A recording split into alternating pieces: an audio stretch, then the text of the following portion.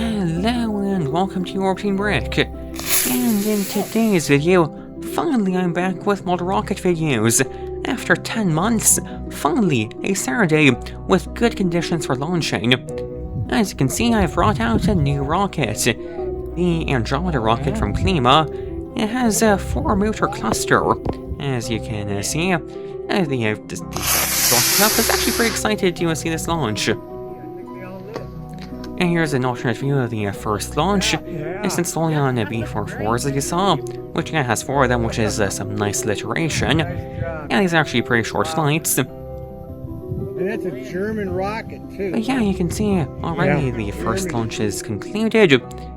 And yeah, you can see the damage to the vehicle is actually pretty minor, just some burning on the engine mount. So that leads us to a second launch. I really wanted to get my Astrocam camera on this launch, but I forgot the casing for it, so the only ground views. And you can see slightly less optimal parachute deployment. That actually will do some damage, but you'll see that later on. And here's the launch in slow motion, because at the time there was some debate over if all the motors ignited when the rocket lifted off. And that was because... well, yeah, you just heard there. It was where the ejection charge is firing, and there should be 4 separate bursts. And 2 of those bursts were very close to each other, as you heard.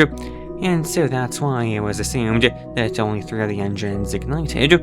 As you can see, all 4 did ignite. But yeah, there was damage on landing, as you can see. There's some cracks on the fins. But yeah, unfortunately after this launch, the wind picked up, and so this will be the last one. But yeah, I can assure you I'm still working on the space race episode, so you have that to look forward to. Yeah, thank you for watching, and goodbye!